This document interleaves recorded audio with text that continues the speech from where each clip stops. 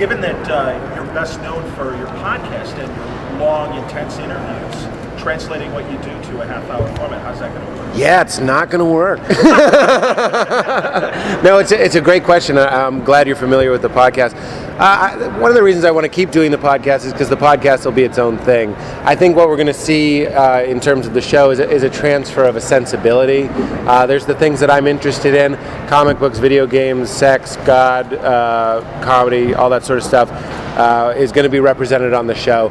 The interview itself, I anticipate the show is going to have a large online presence, like Conan does, and we will, like The Daily Show does, overshoot our interviews and have them available online. We've already been doing that a little bit with remotes, so if we go a place that might not be hilarious, because we want the show to be 22, like, kind of fast-paced minutes of comedy, if we go someplace that's not exactly funny but is very interesting, which I think the podcast often is, sometimes not so funny but interesting, we might just put that, we will put that online so people can enjoy it that way. But season 2, 4-hour blocks. That's what I want, absolutely. Yes, unless that was your question, in which case we're done. Yeah. So 2 years ago you were writing the 2 shows that got canceled. Yeah. Now you have a 2-story banner of yourself over here. It's got to be a little weird, right? Yeah, no, I should send that to the networks that canceled those shows. It is weird going from Outsourced and I Hate My Teenage Daughter. Those were two kind of punchline shows. They were given a hard time. Sometimes people ask me what I learned from that experience. What I learned is it takes a room full of geniuses to write a show that no one likes. You know what I mean? Like, some of the funniest people I've ever met and worked with were on those TV shows. Unfortunately, they didn't work. But I will say it does feel good to be here at Comic-Con, something I would have wanted to come to anyway, and have an absurd photo of me fucking the sky hanging up in the lobby, or whatever you call that area. So it feels good, is the answer. Can we get some more microphones up here? I'm not sure we're getting this. Yes? Knowing your background as a live performer and as well as your podcast and whatnot, is there anything you've been wanting to do for a while that you didn't really have the opportunity to do until now? Yeah, I mean, it's kind of like being the king of some sort of candy factory. When Oren, this is my executive producer, Oren, and this is Nick, my other EP, when we have an idea, like we did Goodwill Batman, which was we put Batman in Goodwill Hunting, and I woke up one morning and thought of that, and back in the day, Oren and I have been working together for about 6 years.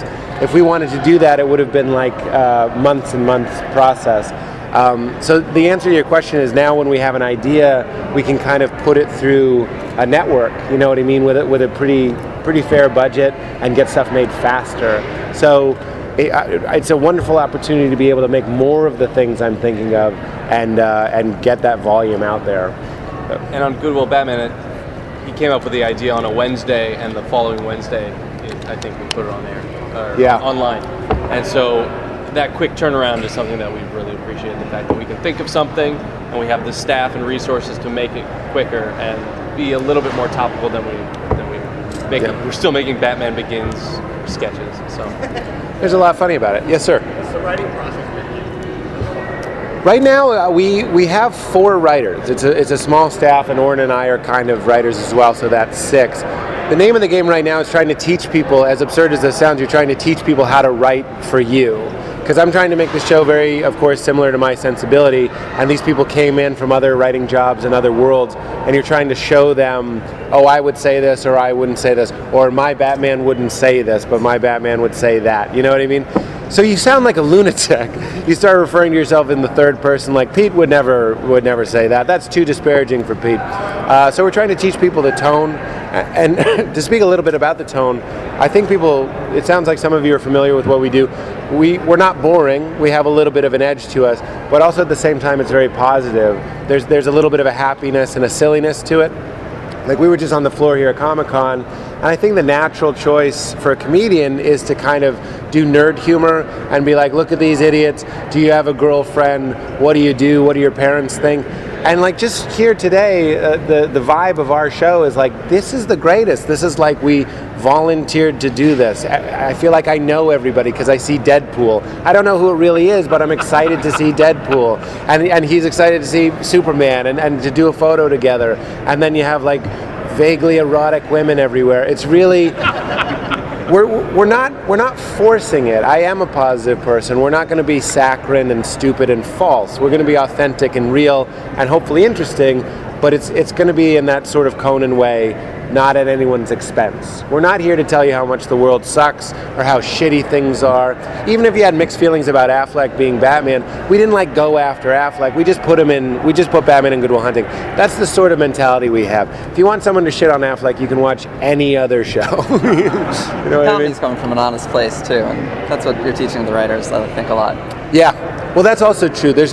We have like a no lying rule. I don't lie in my stand-up. It's kind of weird. It's a little bit obsessive for me. I don't like saying, unless it's obvious. If it's obvious that I'm lying or just joking, I'll make that clear. But I've never told a story that didn't happen or just fabricated something that would be hilarious. And we're going to bring that. 2 words for the show are authentic and transparent.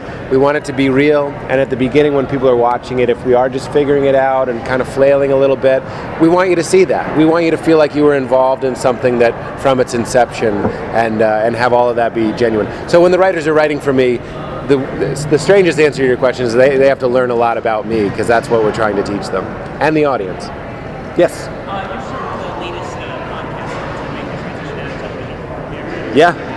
Yeah. Do you ever think maybe a decade ago before you had the podcast medium, how do you think you would have made it to this point? Do you ever think about what Yeah. That's a fantastic question. I think I'd just be selling goldfish in a bag at a carnival, you know what I mean? Like, it's a remarkable thing. What people respond to is intimacy and regularity. And podcasts are just the newest way to become a regular person in someone's life. When you're just a stand-up, you might show up, if you're a success, you might show up on TV 3 times, 4 times, you know what I mean? And that is not someone you can build this parasocial relationship with. It is one-sided, but it's a type of relationship. The reason people love Conan or Fallon or Kimmel, they show up in your life every day. The reason why people love Scott or Maron that you mentioned is because they show up in their lives 2-3 times a week. So if it hadn't been a podcast, and what my advice for comedians or any type of artist is, you need to you have to set a standard. This is how much I'm going to be in your life. And just like a romantic relationship, that helps it grow. Between an artist and his fans, you go, I'm going to be in your life Monday and Wednesday for, as you mentioned, sometimes 4 hours, talking about weird mushroom trips. But whatever it is, it's intimacy. You get to know the people, and they learn about you, and it's regularity. So to be honest, if it hadn't been the podcast, it would have had to been something like that, like, I don't know, Door to Door or vaudeville. This guy over here. Yeah. Oh, I'm sorry. You've been waiting. Yeah. Sorry. Over here. You're in my blind spot. That's the scoop. I'm blind in my left eye.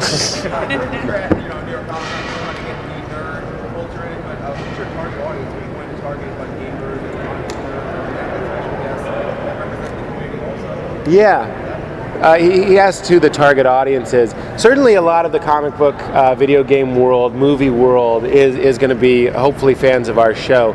But what's weird is I'm not really going for a specific demographic as much as I'm just trying to be myself. There's a great Bill Hicks quote. Bill Hicks says, no one can be you as well as you can be you. So if you're being yourself in whatever you're doing, you'll have supply and demand covered. So if I'm trying to pander to somebody or try and go after a certain market. We just did the hip hop awards for BET, and I went out there, and that's not my market. It's just exciting to be a fish out of water and not really play necessarily to what people might expect. That being said, my interests will be represented, which are things like movies, video games, stuff like that, stuff that you've seen a little bit of. But so the target audience is people who are at least a little bit like me, or who are at least interested in looking at me. We talk a lot about a playhouse environment. Pete says it all the time, that's what the show's going to be. So it's a very inviting place. I think we all have a similar sensibility. People who like the podcast, people who like Pete's comedy, the Batman stuff. That's a really good answer. I think the target audience is people who don't want to watch something before they go to bed that's really cynical and ugly. Now, I don't have anything in mind when I say that. We're not raging against a specific machine. I just want a show that you can watch at night that leaves you with some sort of afterglow of, that was funny. I don't feel bad for laughing at it. I feel release. I feel better about myself. I feel better about the world. I know those are lofty claims, like our show will make your life better, but I think good comedy can make you feel better at the end of the day, or at least it should.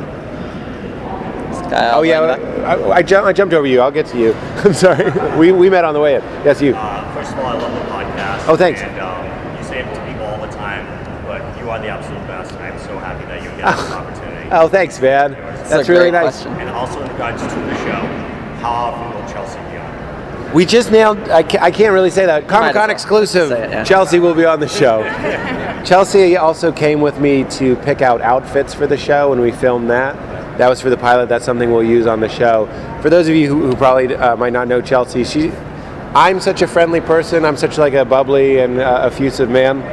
Did we say, sorry, Chelsea Peretti? Chelsea Yeah, Peretti. okay, great. Yeah. But I like some of my friends. I kind of like that salty sweet thing.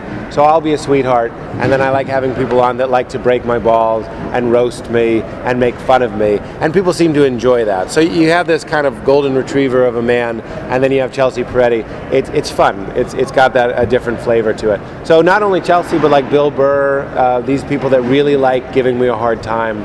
Pretty much all my friends. That is the goal of the show. Like, we want funny friends to hang out with us. Yeah, that's another thing. It's not going to be celebrity driven as much. I'm not supposed to talk about the guests, but I will say that nobody doing the show thus far is promoting anything. So people are coming on because they want to come and hang out, and because we want to tell a specific story, or we just want to bounce off each other. And I think that's going to be another reason why the show stands out. It's not celebrity driven promotional stuff. The monologue isn't going to be set up punchline pulled from the news sort of stuff that we've seen before. It's going to be more in line with my stand-up. It's going to be a lot more personal. It's going to be it could be about anything. I don't care about like a Vermont man found a dead beaver in his garbage disposal and then I have a one-liner. That's fine, but there's plenty of shows you can watch that do that very well. I would rather do a monologue about how I don't want to be a sad dad, or I don't know. Edible arrangements. Edible arrangements, or binging on Oreos in my hotel room, which I did last night. You don't give me a minibar and alcohol. Yes. I forgot you. It's HHG. Hip Hop Gamer. Know the name. Yes, sir. Thanks, man.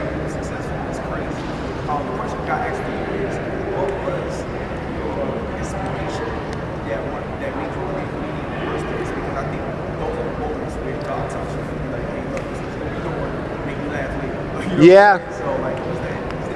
You know what's silly? This is going to be a sentimental answer, but I'm kind of a sentimental guy. First of all, I loved Kick-Ass 2. We saw it together. I don't know what people's problem was. I didn't read the comic. Maybe it betrayed it in some way. It was fine. It was true to the comic. I loved it. I really enjoyed it. And there was a line that is it Riot Girl? Hit Girl. Hit Girl, sorry. Hit Girl says to Kick-Ass at the end, he says, take pain and make something good, or take fear and make something good. And I get really worked up when I talk about comedy. I think that's what comedy is often you have situations. I was just doing an interview talking about were you the funny kid growing up, and I wasn't. I think a good comedian was probably bullied a little bit, probably felt doughy and oblong and rhombus shaped and strange and a little bit of an outsider, and then learned the healing quality of comedy. And that's why I really believe in it. I believe that it has a ministering quality, not in a religious way, just in a way that it has made my life better. So that, coupled with an over-loving mother and a distant father, and then being teased just enough, and then an obsession with Bill Cosby and Steve Martin and all these guys. Yeah, there you go. Yeah. And then just enough dysfunction and enough ambition, and then you too can be a weird comedian. Yeah, man. Thank you. Yes. I'm also a fan of your podcast. Oh, thank you. I was wondering for each of you, what's your favorite late night shows besides? I feel like everybody's such a funny person. Sure. But I don't know. I didn't even know that his name.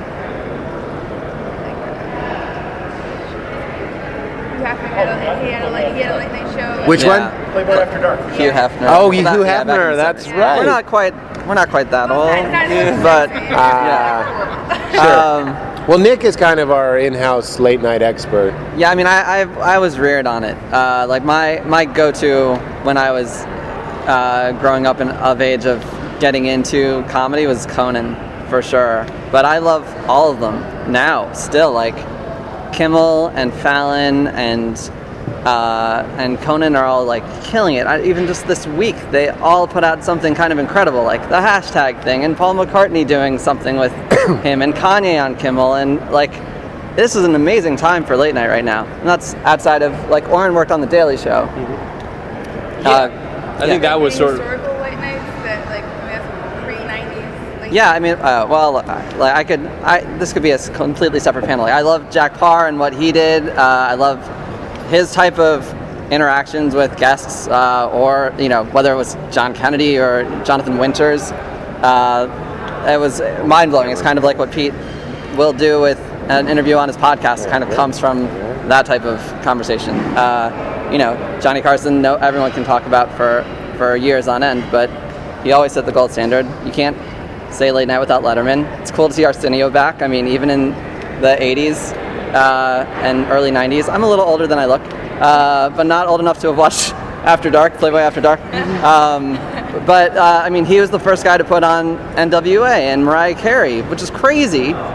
He was the first person to put Mariah Carey on. She was like a #1 pop hit, but that wasn't happening in late night then. So everyone at a certain point did something to sort of break the mold, and we're trying to do it in our own way. I look weird on late night, love late night, want to do our own show. Yeah. I grew up more watching a lot of sketch, a lot of SNL, Monty Python. That sort of influenced my comedic sensibilities, I think, a little bit more than late night. It wasn't until like Daily Show that I really started watching something regularly and every night. Yeah, so I think I bring sort of more of the sketch sensibility to the show, and I direct a lot of, I'm the segment director as well, so I direct all of our Batman sketches and as well as all the other sketches that we're going to be doing on the show. So that's sort of what my influence and how I'm bringing it to it. It's not an old person, but it's been an absurd dream come true for me because Conan has always been a hero of mine, and that is the late night show that I watch. Now I try not to watch too much because I know he's watching, so he can tell us if someone else has done it. And I'm trying not to pollute my creativity by watching other people's stuff, because I really would like our show to be different, but also have some familiarity to it, which I think it'll have. But I will watch YouTube clips of Hugh Hefner talking to celebrities.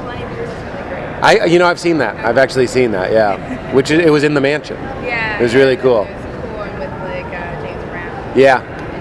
They all seem really uncomfortable, Yeah. which is why it's great. Yeah. I know you're trying to make your show very distinctive, but have you received any advice from current late night hosts or reached out to any of them about? They've all been really great. I mean, I just, Seth Meyers, who's getting a show, we just sat down and talked about how we were kind of freaking out, which was great. Fallon is supportive and wonderful, and we love his show. Conan is the one that gave me the best advice, is that he's like, all the work that we do, all the prep that we do, including stuff like this and all the stuff that the writers do, is to try and turn the show into a playground. So when we tape it, I can just go out and play. So it'll have that light feel. I don't want it to be too polished. I don't want it to be too rote or rehearsed. I'd like it to feel like live comedy and real. So yeah, that's the best advice I got from Conan. Everything else is just him shaking a fist and saying, "I will crush you if you fail." It's kind of crazy. Anybody else? Yes, in the back.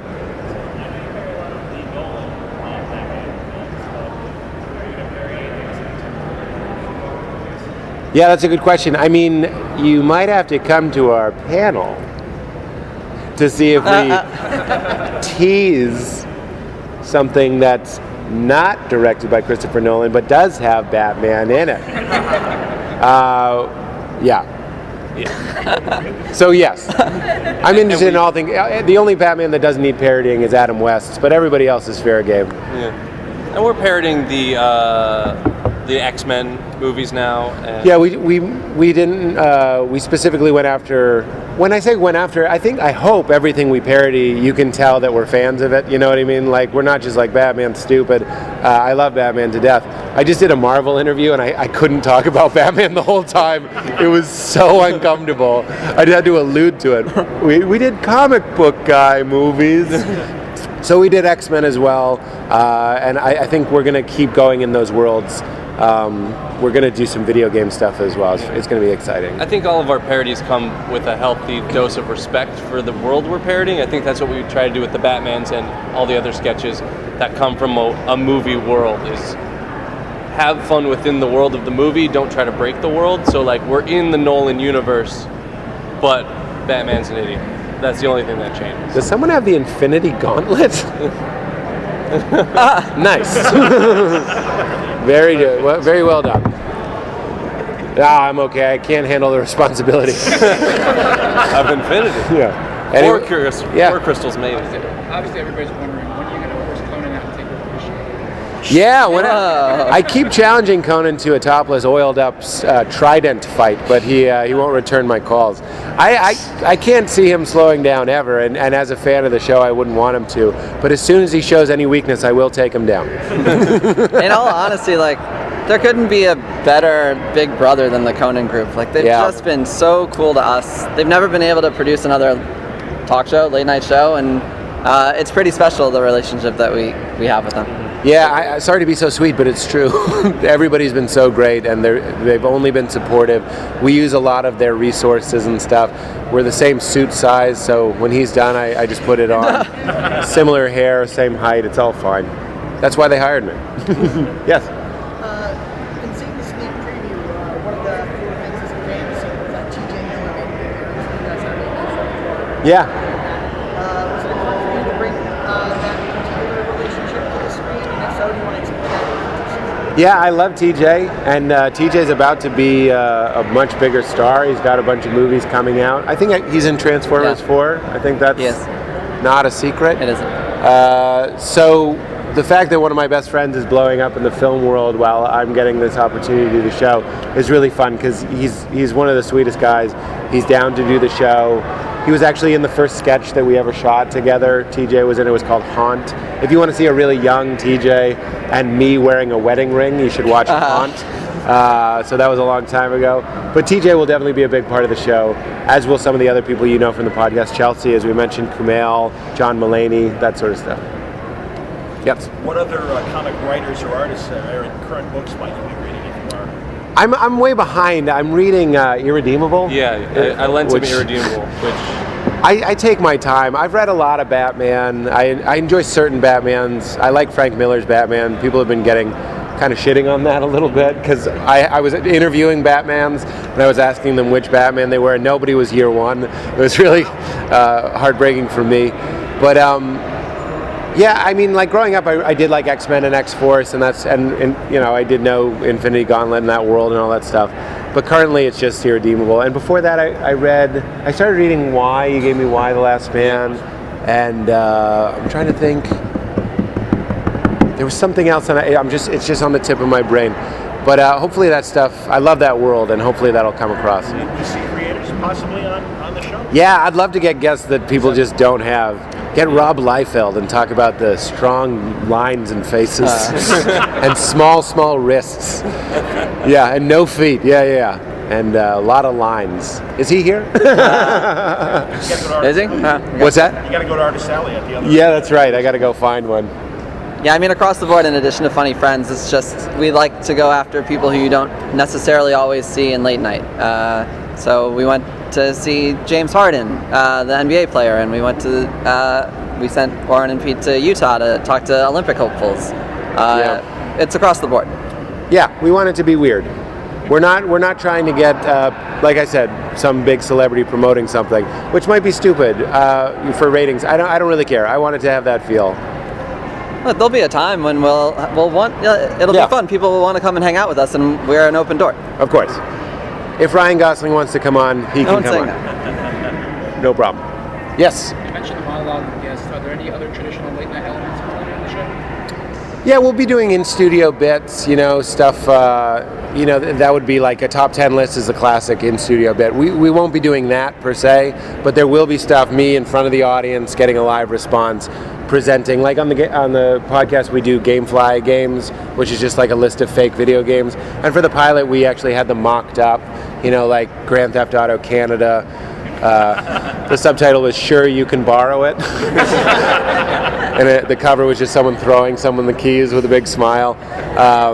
So we'd like to have things like that, where I love being in front of an audience, and we will have that element as well. But after it's being a half hour, that's all we have time for. You know what I mean? A monologue, some sketches, one in studio, and an interview, and then we're out of there, which is going to be great. Did we already talk about the monologue? Did you already mention? I did. More like my stand-up. Yeah, that's the takeaway. It's not just news stories. Should the show be successful, ever consider making it longer by like maybe an hour-long show as a follow-up to Conan? I think, it's funny, I got the sense that Nick would be open to that, but I was talking to Seth Meyers about how I'm glad my show is half an hour, just because it's already overwhelming. But I also have no idea what I'm talking about and get the feeling that we might be open to that. But it's just like a one step at a time thing. The original Tonight Show was 90 minutes, and I believe it was live. Is that true? Yeah. So that's my goal. Live, 90 minutes, black and white. I mean, the thing that's true about our show is that it's a half hour on the air, but so much of what we do is going to be longer cuts online. So that's right. It's probably 30 minutes, period. We're going to use, every part of the Buffalo a little bit. Like every time we do a Batman sketch, so much of it is improvised. And it always breaks my heart that you guys only see 3-4 minutes of it, when I was sweating my balls off in a suit with black eye makeup dripping down, riffing, trying to make him laugh, trying to make Matt, who plays Commissioner Gordon, laugh. And that stuff will have a home now. That's honestly one of the best features of having a show like this. So there'll be the show, and then there'll be the online show. And as we all know, the line between television and internet is just blurring forever, and by the time we've been on, Lord willing, 3-4 years, people will care even less. And so the show might be over, and then we'll see the TV part as being the best of, and then if you like what you saw, you can go online and find it. Are you guys banking then shows? Is that, or are you doing them like for the 4 days? I mean, how much live? We're a little ahead of ourselves. Yeah. I mean, we're gonna tape. We start taping the week before we air. We're really close, but we're just trying to shoot and tape as much as we can, and we're trying to do as much now as we can. And we're putting things online now that will be on the show. But we want people to get a taste of what we're doing now. It'll be close to David. It keeps looking like Thanos has a question. Thanos? I say Thanos. Okay. How do you know it's Thanos? It's print. Is over here? Yeah. You guys are just pinging and ponging. It's these guys. F. Mary Kill. Seth Meyers, Craig Ferguson, Dan Abrams. Say it again. F. Mary Kill. Oh, fuck, marry, kill. We say fuck on this show. Seth Meyers, Craig Ferguson, Dan Abrams. Who's Dan Abrams? He's a legal expert on MSNBC. Oh, okay. I'm not embarrassed that I don't know who Dan Abrams is. Well, I'm going to kill Dan Abrams. You're just going to isolate that clip? Dan Abrams, I'm coming for you. Craig Ferguson feels more like a one-night stand. He's all over the place. He won't stand still, so I bet he's good for a toss. And Seth, he's got those soft eyes. I'd marry that man. Yeah, no problem. Anybody else want to know who I would fuck or murder? I was told this was only going to be fuck or murder questions. No? If you guys are satiated... Oh my God! This is like when Chappelle and Dane Cook were going for the longest set. Yes? Was there anything specifically that you wanted to do this season that you couldn't fit in within the episodes that you had already ordered that you're planning for next season? Yeah, I'm happy to say that's a wonderful problem that we had. We have a certain sketch budget, and it's very generous. TBS has been really wonderful, but we have ideas every day. Orrin is, a genius. He's a genius. Yeah, he's a wonderful gift in my life, and we can't take a 5 a.m. cab ride to the airport without coming up with, and like hungover and sick, and just coming up with ideas. And I'd love that to be reported. I'd love for TBS to get that message, and I think they know. We got ideas. We got a lot of stuff, and this show's ready to go the long run. We can do one more question, guys. What kind of direction beyond the Daily Show does this opportunity give you, creative and sketch-wise? It's crazy that Pete and I are doing a sketch show. We started doing sketches together 6 years ago when he came up to me after a stand-up show where I was showing a video and he was doing stand-up, and handed me a very funny script for Haunt, as we mentioned before. And we made it, and then through the trajectory of our Batman videos, and then I went off to the Daily Show and he went to LA to work on his shows, we've somehow come full circle back to just making sketches together, which is actually what I'd like to be doing. I mean, we work well together, where he riffs, I cut, and we have a nice balance. Right. And it's an opportunity to just play with all these ideas we've had. Literally, I'm looking at notes from the past 6 years and be like, oh, you remember that one sketch that we came up with when we first met? I wrote the X-Men sketch I wrote was called Wolverine Gets Fired, and it's 10 years old. I wrote it 10 years ago, and then you just don't have the resources to make it the way that you'd like to make it. So then, here we are. It's a wonderful thing. So it's the opportunity to take all these ideas that both Pete and I have been banking for the past, 10 years that we've both been doing comedy, and finally have a place for them. And things that are truly just things that make us laugh without having to run them through an additional filter. Yeah, I feel like we're in that book, The Road, and we found that underground shelter, and they're all the canned peaches. That's what this show is. You guys got to read. You got to read that book. I'm just kidding. Don't read. It's boring. Watch this show. Thank you, everyone, for coming out. Thanks, everybody. Sincerely, great questions. Thank you.